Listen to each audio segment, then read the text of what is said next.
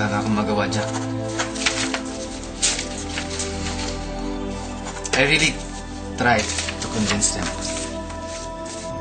Yung bang maghapon di ko kailangan makita yung misis ko. Solo ko yung oras ko, sir. Lalo na yung mga anak ko, hindi ako aaraw-arawin kukulitin, hihingi ng bilin. Naluloko na yata ito asawa ko. Hindi ko na kaya to, Ben. Kunin mo na ako dito.